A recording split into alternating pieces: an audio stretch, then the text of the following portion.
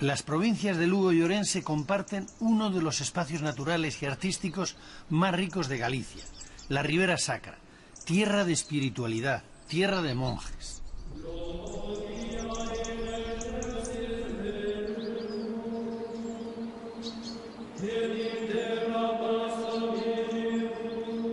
Fue entre los siglos X y XIII el momento de su máximo esplendor cuando estos paisajes se llenaron de monasterios.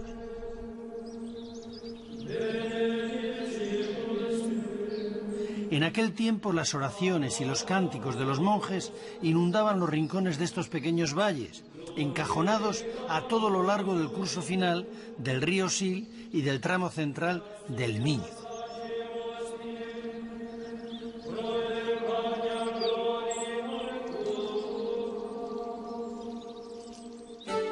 En la Ribeira Sacra se produce la mayor concentración de monasterios románicos de toda Galicia. Algunos conservan todavía hoy sus estructuras monacales, pero la mayoría se reconvirtieron en iglesias parroquiales después de que fueran abandonados por los monjes.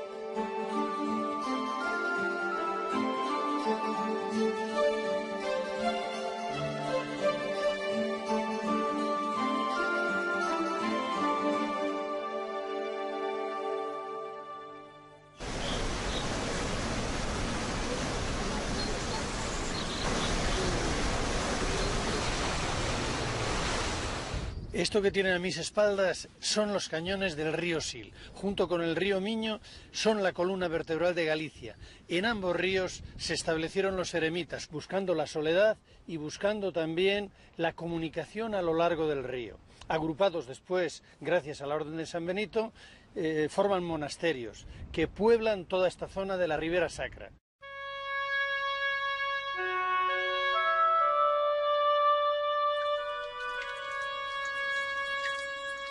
En el siglo IV, aquí en Galicia, arraigó con gran fuerza la herejía de Prisciliano, que era obispo de Ávila, pero gallego de nacimiento. Su movimiento religioso predicaba, entre otras cosas, el retiro físico y espiritual, la huida del mundo. Son tantísimos los lugares propicios para la oración y el retiro en la Ribeira Sacra que en los primeros siglos del cristianismo estos parajes debieron de estar llenos de ermitaños. Elegían cuevas ya existentes y en muchos casos las agrandaban excavando la roca para dar cabida a la ermita en la que rezaban y en la que con el tiempo llegaron a acoger a otros ermitaños. Pasaban así de la vida en solitario a una vida en comunidad. Esto es lo que pudo haber ocurrido en San Pedro de Rocas. Este es el famoso monasterio de San Pedro de Rocas, el más antiguo de toda Galicia. De su vejez da fe una piedra, una lápida que anuncia o nos dice que es un monasterio familiar ya en este siglo VI. Es abandonado por causa de la invasión musulmana y ya en el siglo XI tenemos de nuevo noticias de que está siendo ocupado por monjes benedictinos. En la lápida fundacional que se encontró en el interior de la iglesia se da fe de que 6 varones recibieron este lugar en herencia en el año 573. Es posible, por tanto, que este hubiera sido inicialmente un eremitorio familiar. A los pies de la iglesia se pueden ver ahora las tumbas medievales, que antiguamente estaban cubiertas con losas y formaban el atrio del templo. En la fachada hay 3 arcos que dan entrada a 3 naves con sus correspondientes ábsides. Los capiteles tienen una decoración típicamente románica, el ajedrezado. La iglesia excavada en la roca fue realizada entre los siglos XII y XIII, siendo ya monasterio benedictino. Nunca fue un monasterio importante. En sus momentos de máximo esplendor no pasó de 13 monjes.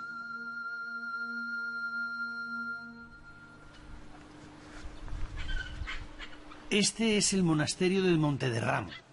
Las muchas reformas realizadas en él a lo largo de su historia han acabado con el románico original. Fundado en el siglo XII por los cistercienses, fue el más poderoso de la orden en esta zona y el que dio pie involuntariamente al nombre de Ribeira Sacra.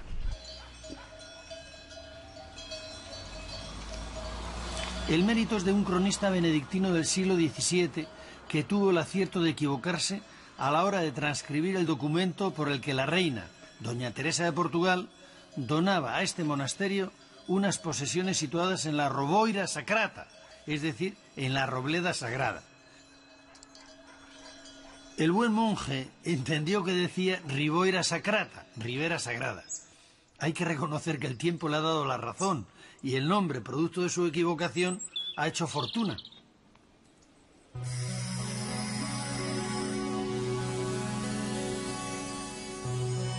Los paisajes de la Ribera Sacra son un verdadero ejemplo de aprovechamiento sostenible del territorio.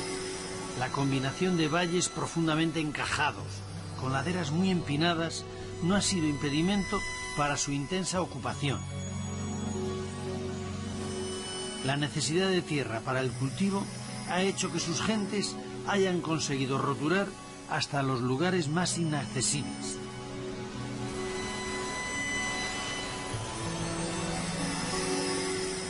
La mayor parte de los bancales que aún se siguen cultivando son de origen medieval. Fueron los monjes los que introdujeron este sistema de cultivo para poner en explotación las tierras de su dominio. Eso explica el importantísimo papel que los monasterios tuvieron en el desarrollo de la economía de la época. Estos valles tienen un microclima casi mediterráneo, temperaturas altas en verano, suaves en invierno y lluvias poco abundantes. Esto ha hecho posible desde tiempos inmemoriales el cultivo de la vid. En la actualidad, los nuevos viticultores, tan sabios como los monjes, están haciendo renacer con sus nuevas técnicas el amor por el vino en esta zona.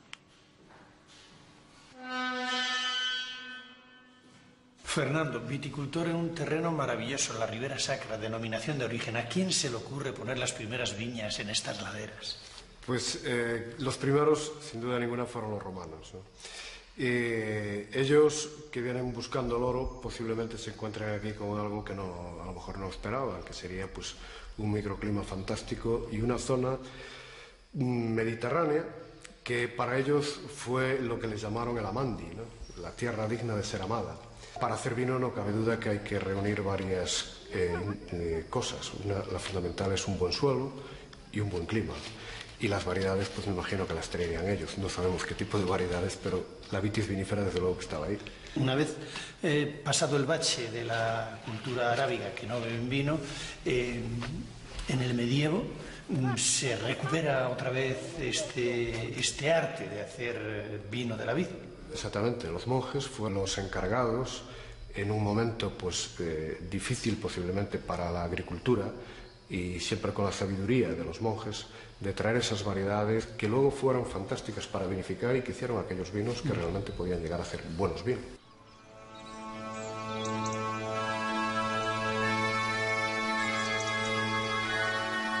El monasterio de San Esteban de Ribas de Sil es el gran monasterio de la Ribera Sacra. Ha sido uno de los más importantes y poderosos de Galicia, y como casi todos los de esta zona, está situado sobre una ladera de la montaña y mirando al río. Después de más de siglo y medio de abandono, ahora ha sido rehabilitado y transformado en un parador de turismo. Como casi todos los monasterios de la Ribera Sacra, su origen debió ser también un eremitorio.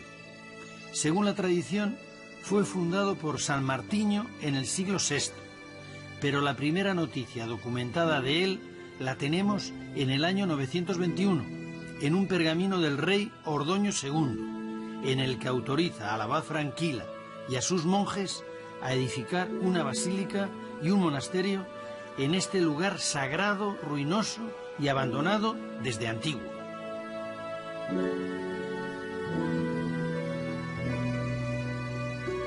Muy pronto el monasterio adquirió tal notoriedad por el rigor de su observancia religiosa que, según la tradición, se retiraron aquí, después de renunciar a sus sedes, 9 obispos que acabaron sus vidas con fama de santidad. Con tal motivo, el escudo heráldico del monasterio que preside su fachada renacentista Tiene 9 mitras.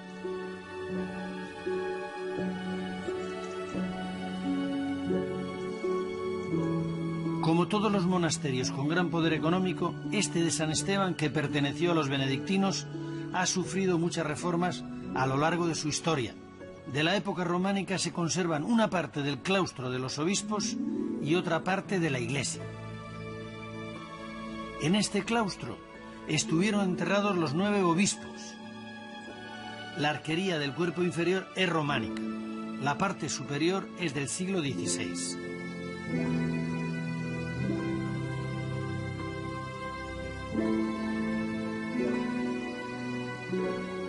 La iglesia, levantada a mediados del XII, tiene una planta basilical de 3 naves con sus correspondientes ábsides.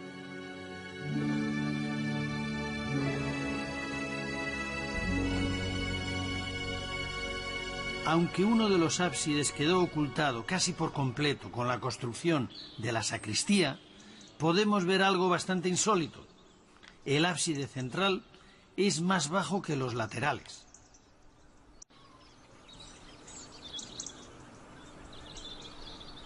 En el interior de la iglesia encontramos un hermoso retablo de piedra. En una de sus caras nos muestra a Jesucristo con sus 12 apóstoles. En el centro, presidiendo, la figura de Cristo con corona y cruz procesional. San Pedro está a su derecha y San Pablo a su izquierda. La figura de Santiago tiene la particularidad de ser la más antigua que se conoce del apóstol ataviado como peregrino. Es la primera vez que se le representa con el emblema de la peregrinación a Compostela, la vieira.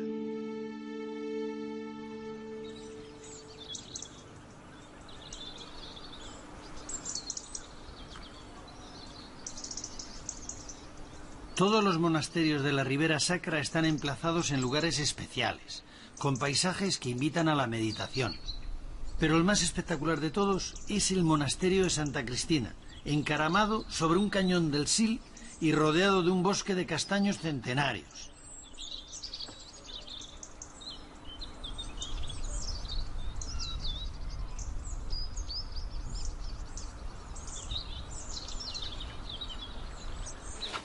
De este monasterio benedictino tenemos noticias escritas desde el siglo X, aunque su fundación se remonta a siglos anteriores.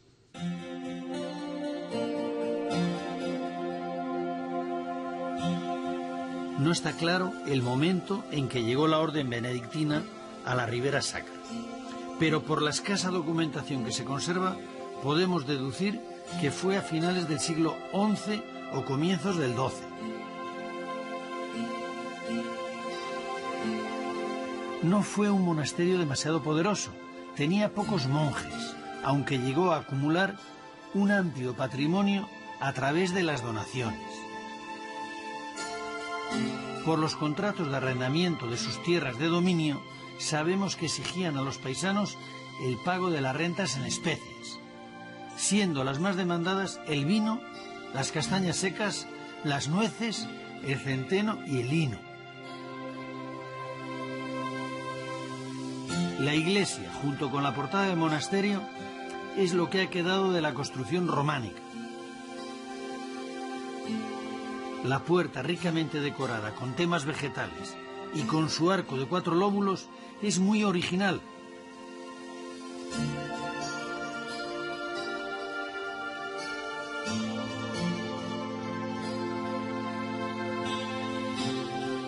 La iglesia es de finales del siglo XII.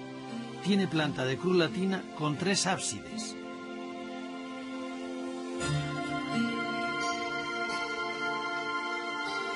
En la fachada destaca un rosetón que cuando el sol se pone inunda la nave de luz.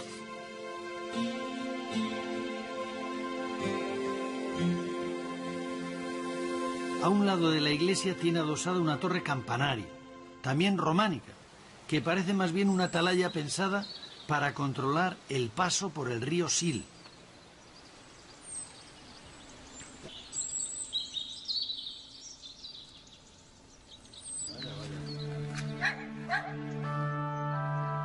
El monasterio de San Julián fue fundado por monjes cistercienses de Montederramo en 1170, como recoge una inscripción situada en una de sus dos portadas.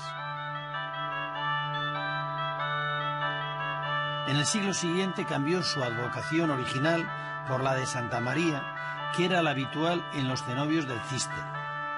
Fue dentro del Císter el segundo monasterio masculino, en tamaño y poder, de la Ribera Sacra.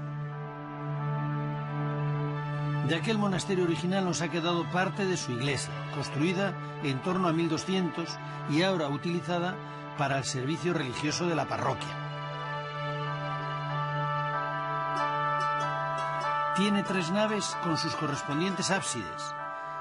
El arco triunfal del presbiterio es ya ligeramente apuntado. La decoración, como era propio de estos monjes reformistas, es de una gran austeridad.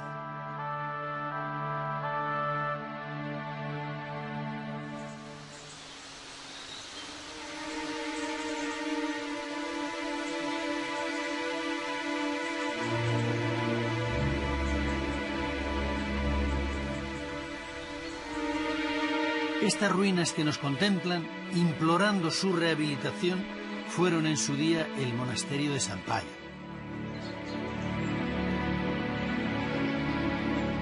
Las primeras noticias que tenemos de él se remontan al año 934. Perteneció a la Orden de San Agustín. La iglesia, de estilo románico, está a punto de derrumbarse. Es de una sola nave, con su correspondiente ábside, y cubierta con un armazón de madera que se ha venido abajo.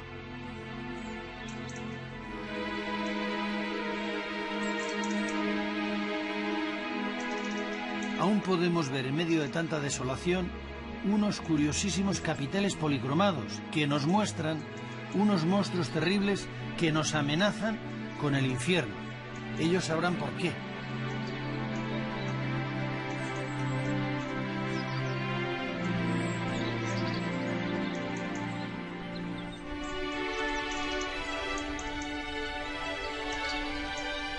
En la margen derecha del Sil, ya muy próximo a su confluencia con el Miño, está el monasterio de San Vicente.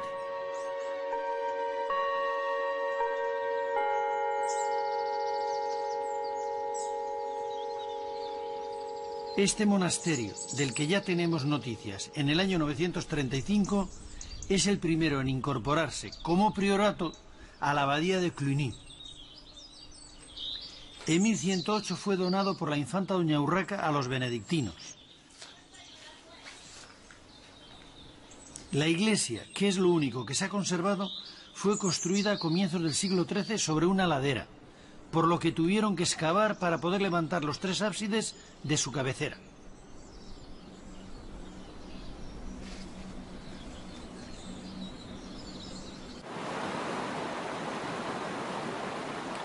Este es el nuevo Portomarín. Lleva aquí poco más de 40 años. El viejo Portomarín estaba situado en la margen derecha del río Miño, pero en los años 60 del siglo pasado, y a pesar de que estaba declarado conjunto histórico-artístico, fue demolido para construir el embalse de Belesar. Era una villa que conservaba parte de su trazado medieval.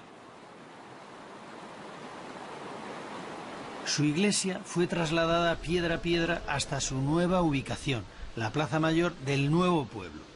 Esto también ocurrió con otras iglesias situadas a lo largo del río Miño. A primera vista llama la atención su aspecto de iglesia encastillada. Esta fortificación se debe a la importancia estratégica que tuvo en la época medieval. Portomarín era paso obligado del Camino de Santiago. Para salvar el río Miño había que atravesar su puente.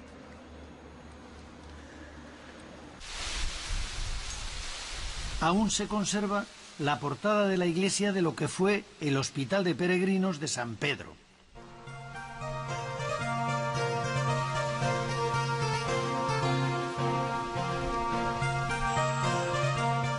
La villa perteneció primero a la Orden de Santiago y más tarde a la de San Juan de Jerusalén. La iglesia comenzó a construirse a finales del siglo XII. Tiene una sola nave y un ábside. Es de sillería de piedra caliza y no de granito como es habitual en Galicia. Todavía se aprecia la numeración de los sillares que hicieron para su traslado. Esta iglesia fue construida por un taller de canteros que o bien aprendieron su oficio con el maestro Mateo, autor del Pórtico de la Gloria en la Catedral de Santiago, o fueron fuertemente influidos por su estilo. Los canteros de este taller fueron después descendiendo por la ribera del Miño y levantando iglesias. Esto ocurrió en torno al 1200. A pesar de la erosión sufrida por la piedra, en una arquivolta de la puerta principal podemos ver uno de los temas ornamentales favoritos del maestro Mateo, a los ancianos del Apocalipsis tocando instrumentos musicales.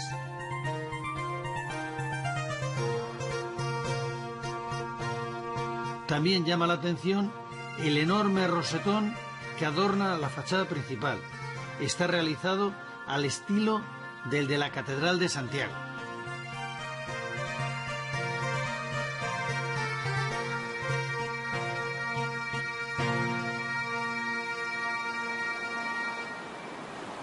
Además del buen románico, Portomarín tiene otro tesoro que se esconde en el Miño y que solo se puede ver cuando baja el nivel del pantano: los caneiros. Los caneiros es un sistema de pesca para coger anguilas vivas. El método consiste en estrechar el río poco a poco hasta convertirlo en un embudo donde se coloca un butrón y se las captura. Estas artes pesqueras eran muy utilizadas por los monjes en los ríos de que eran propietarios para conseguir el pescado que necesitaban para su alimentación. Eduardo, buscador de tesoros en los ríos. El arte de los caneiros, ¿de cuándo procede este arte de captura de la anguila? Pues procede parece ser que de los celtas, aunque después ya los romanos pues los modificaron, los prepararon mejor detallados, mejor para pescar, y ahí está.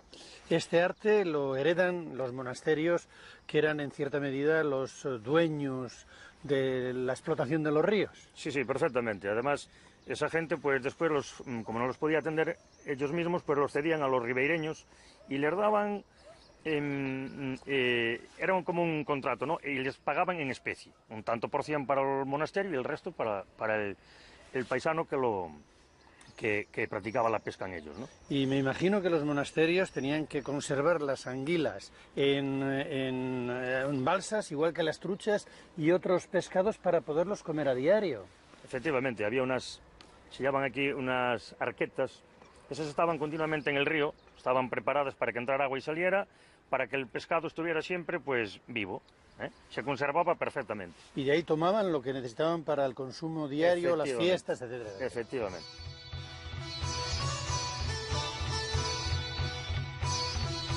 Alrededor de esta iglesia hubo una vez un pueblo, Pesqueiras, llamado así porque en este lugar muy próximo al Miño hubo antiguamente pesqueras. Con la llegada del pantano el pueblo se retiró, dejando a la iglesia sola. A su alrededor han crecido los castaños, que ahora proporcionan a los paisanos sus buenas castañas. Las castañas eran otro de los alimentos básicos para los monjes. Se secaban y duraban todo el año. La iglesia es lo único que queda de un monasterio benedictino femenino que se levantó aquí, el de Santa María. La construcción se llevó a cabo a comienzos del 13, seguramente por el mismo taller que el de San Juan de Portomarín.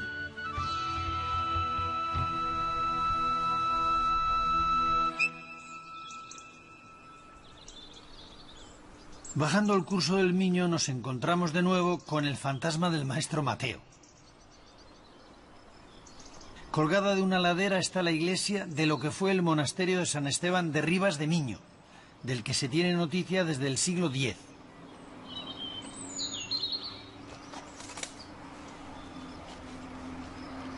La iglesia fue levantada a comienzos del siglo XIII, posiblemente para sustituir a otra más pequeña, por lo que tuvieron que excavar el terreno para colocar el ábside y en el otro extremo construir una pequeña cripta para soportar la fachada.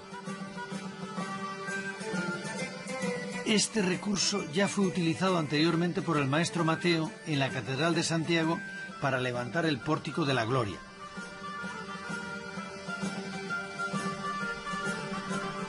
La fachada principal es una de las más bellas del románico español. Su portada está flanqueada por dos puertas ciegas y rematada por un gran rosetón de cerca de 4 metros de diámetro. En una de las arquivoltas vuelven a aparecer los músicos con sus instrumentos musicales. En este caso son 7.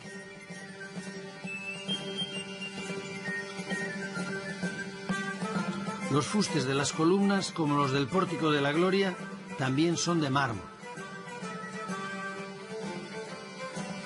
La iglesia es de una sola nave y está cubierta con madera y tejas.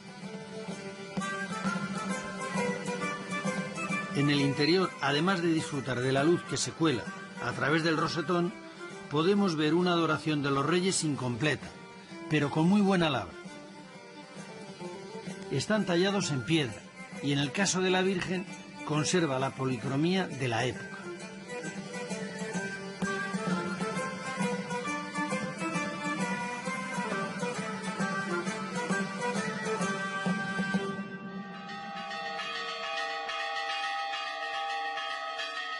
Cerca de San Esteban, en Diomondi, se vuelve a repetir su fachada, aunque ahora sin rosetón.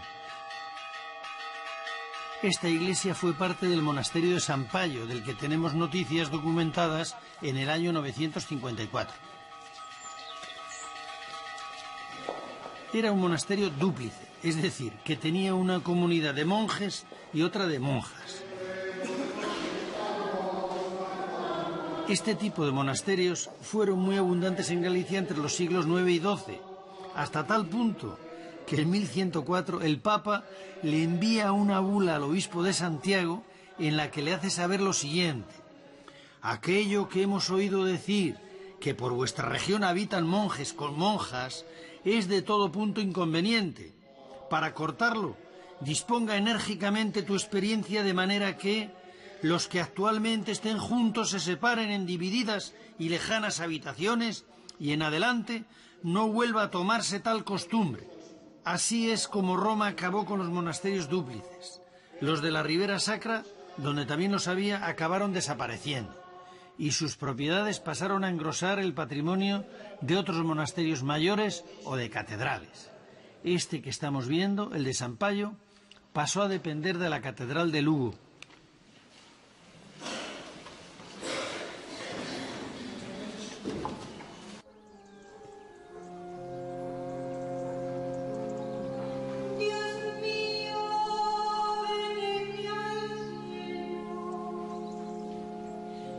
Con la desaparición de los conventos dúplices y la llegada a Galicia de la orden benedictina, tomó fuerza el monacato femenino. En la Ribera Sacra, durante los siglos XII y XIII, llegó a haber tantos monasterios femeninos como masculinos. La mayoría de ellos se asentaron en conventos que ya existían.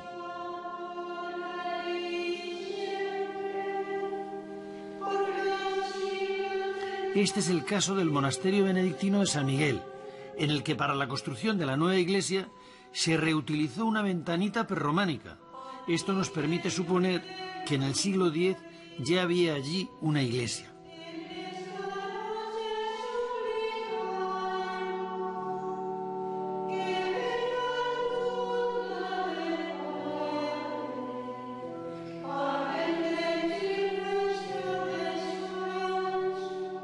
Muy cerca está la iglesia de lo que fue el monasterio de San Felices, del que tenemos noticias a comienzos del siglo XII.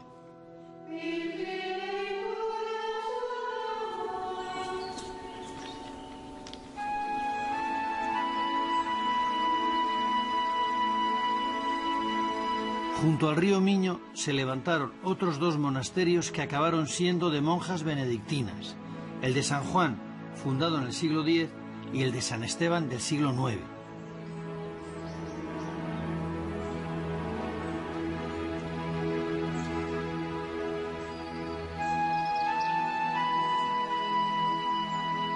Desde el emplazamiento actual de San Esteban de Chauzán se puede ver en la otra orilla del Miño uno de los monasterios más antiguos de Galicia, acogido también a la protección de San Esteban de Atán, fundado por Odoario en el año 747. En su iglesia románica podemos ver reutilizadas las bellísimas celosías prerrománicas del edificio primitivo.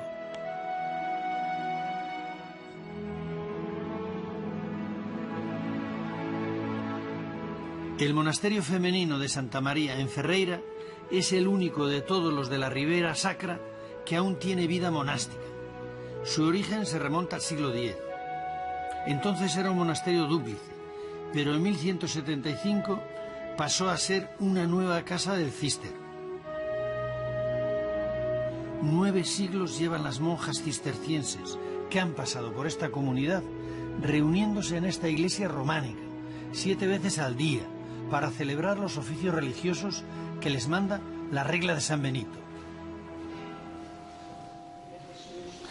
Esta Virgen con el niño que apareció en un muro durante unas obras de restauración fue seguramente la que durante cientos de años presidió las oraciones de las monjas, lo mismo que ahora. Madre Abadesa, viviendo tan retiradas del mundo, la gente puede pensar de ustedes que se olvidan del mundo. ¿Cuál es su misión realmente en esta vida? Estamos aquí ya no solo para nosotros, estamos cumpliendo una misión. Nuestra misión es rezar, implorar y orar en nombre de todo el mundo, no ya por el mundo también. Cuando nos piden oraciones por una causa concreta, pues bueno, lo hacemos, pero lo general es rezar y orar en nombre del mundo, en nombre de los hombres, de los hermanos. Roguemos por los enfermos y agonizantes. Señor, ten piedad. Por los trabajadores nocturnos. Cristo, ten piedad. Por el eterno descanso de los difuntos. Señor, ten piedad. Oremos. Concede, Señor, a nuestros cuerpos fatigados el descanso necesario. El Señor Todopoderoso nos conceda una noche tranquila y una muerte santa.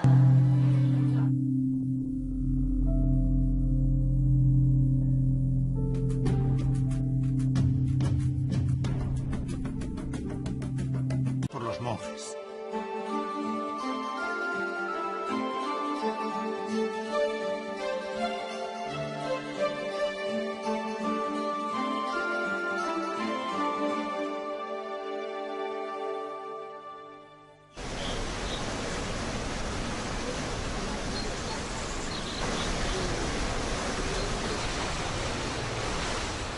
Esto que tienen a mis espaldas son los cañones del río Sil. Junto con el río Miño son la columna vertebral de Galicia.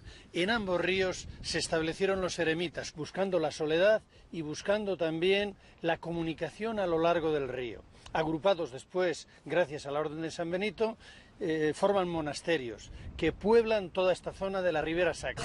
Se llenaron de monasterios.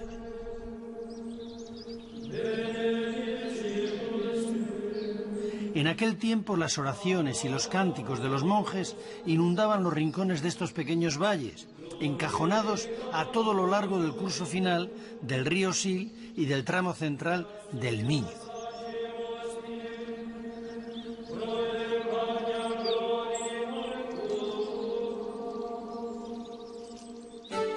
En la Ribeira Sacra se produce la mayor concentración de monasterios románicos de toda Galicia. Algunos conservan todavía hoy sus estructuras monacales, pero la mayoría se reconvirtieron en iglesias parroquiales después de que fueran abandonados a la ermita en la que rezaban y en la que con el tiempo llegaron a acoger a otros ermitaños. Pasaban así de la vida en solitario a una vida en comunidad. Esto es lo que pudo haber ocurrido en San Pedro de Rocas. Este es el famoso monasterio de San Pedro de Rocas, el más antiguo de toda Galicia. De su vejez da fe una piedra, una lápida que anuncia o nos dice que es un monasterio familiar ya en este siglo VI. Es abandonado por causa de la invasión musulmana y ya en el siglo XI tenemos de nuevo noticias de que está siendo ocupado por monjes benedictinos. En la lápida fundacional que se encontró en el interior de la iglesia se da fe de que 6 varones...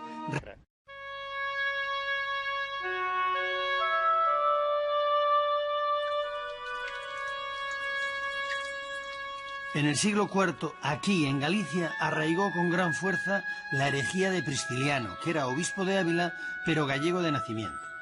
Su movimiento religioso predicaba, entre otras cosas, el retiro físico y espiritual, la huida del mundo. Son tantísimos los lugares propicios para la oración y el retiro en la Ribeira Sacra que en los primeros siglos del cristianismo estos parajes debieron de estar llenos de ermitaños. Elegían cuevas ya existentes y en muchos casos las agrandaban excavando la roca para dar cabida.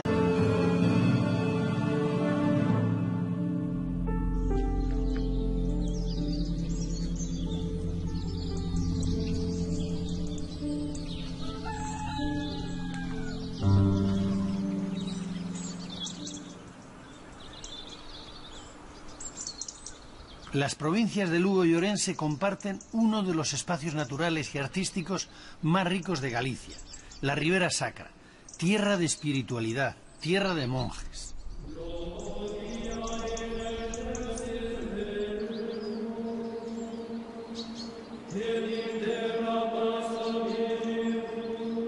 Fue entre los siglos X y XIII el momento de su máximo esplendor cuando estos paisajes